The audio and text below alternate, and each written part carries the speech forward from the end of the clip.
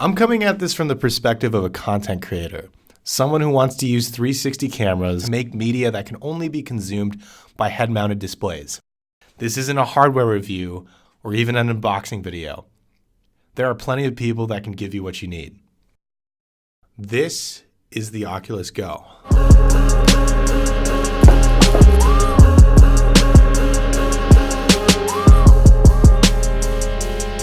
It's hard to start talking about how 360-degree media is consumed on the Oculus Go without talking about the means used to shoot this stuff in the first place.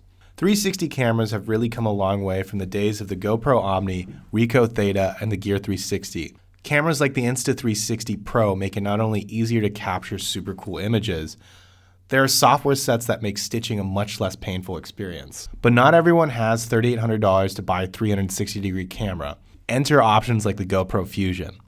I'm not a tech reviewer, but coming from someone that's made 360-degree stuff before, this camera is by far the easiest one to use in all stages of the process.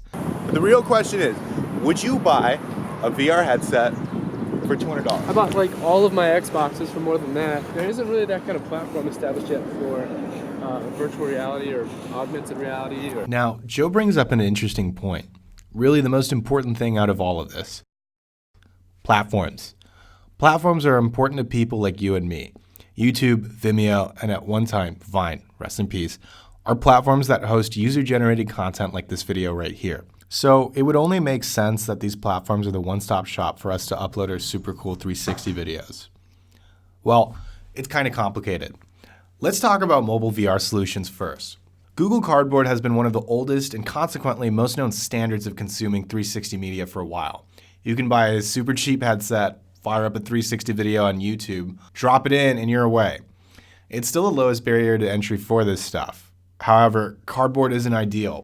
I don't know if it counts as a standard that can be implemented across devices and headsets, or if it's a hardware-software ecosystem Google is trying to grow, like Daydream.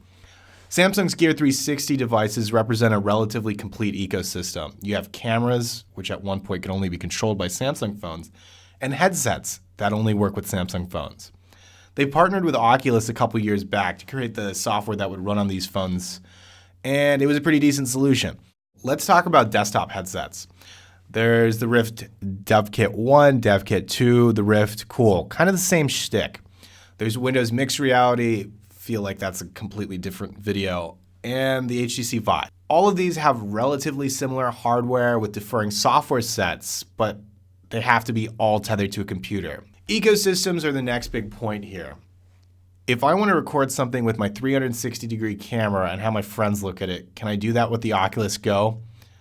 Not really. All of the stuff in the UI, at least for now, is featured content from publishers, which is cool, but lock the medium out to small creators like myself, you and me. I mean, to even use the Oculus Go, you have to sign in with your Facebook account. And I don't really use my Facebook account. Not a lot of my friends are on the Oculus Go. So many of these functions feel half-baked.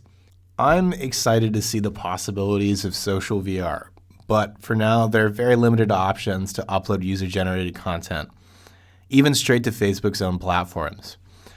I don't know if this is going to change. It might. I mean, look at all the development Facebook itself is putting into 360 audio and video. They bought Oculus. They have incredible developer tools. When you actually get into the Oculus Go and browse around the pre-installed apps, most of the content that you're seeing is from approved publishers, much like the publishers you would see in your Snapchat Discover horrible thing. It's the same kind of stuff, albeit 360. And a lot of this content is cool. Everyone I've shown this headset to enjoys consuming 2D content over a lot of this 360 stuff.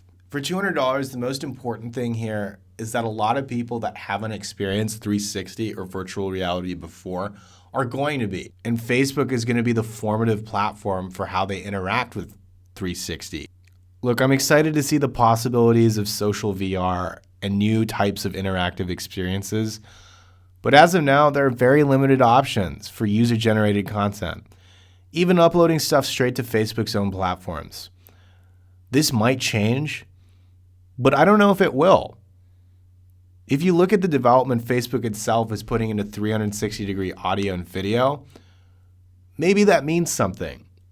But the fact that you have to sign in with your Facebook account even to use the Oculus Go is fairly significant. It's another way of interacting with Facebook. It transcends the web browser. It transcends mobile. It's something entirely different. And it's a way to keep users on Facebook. It's a way of realizing the dream of Facebook being the one place you visit on the internet and nowhere else. It might even transcend the internet itself.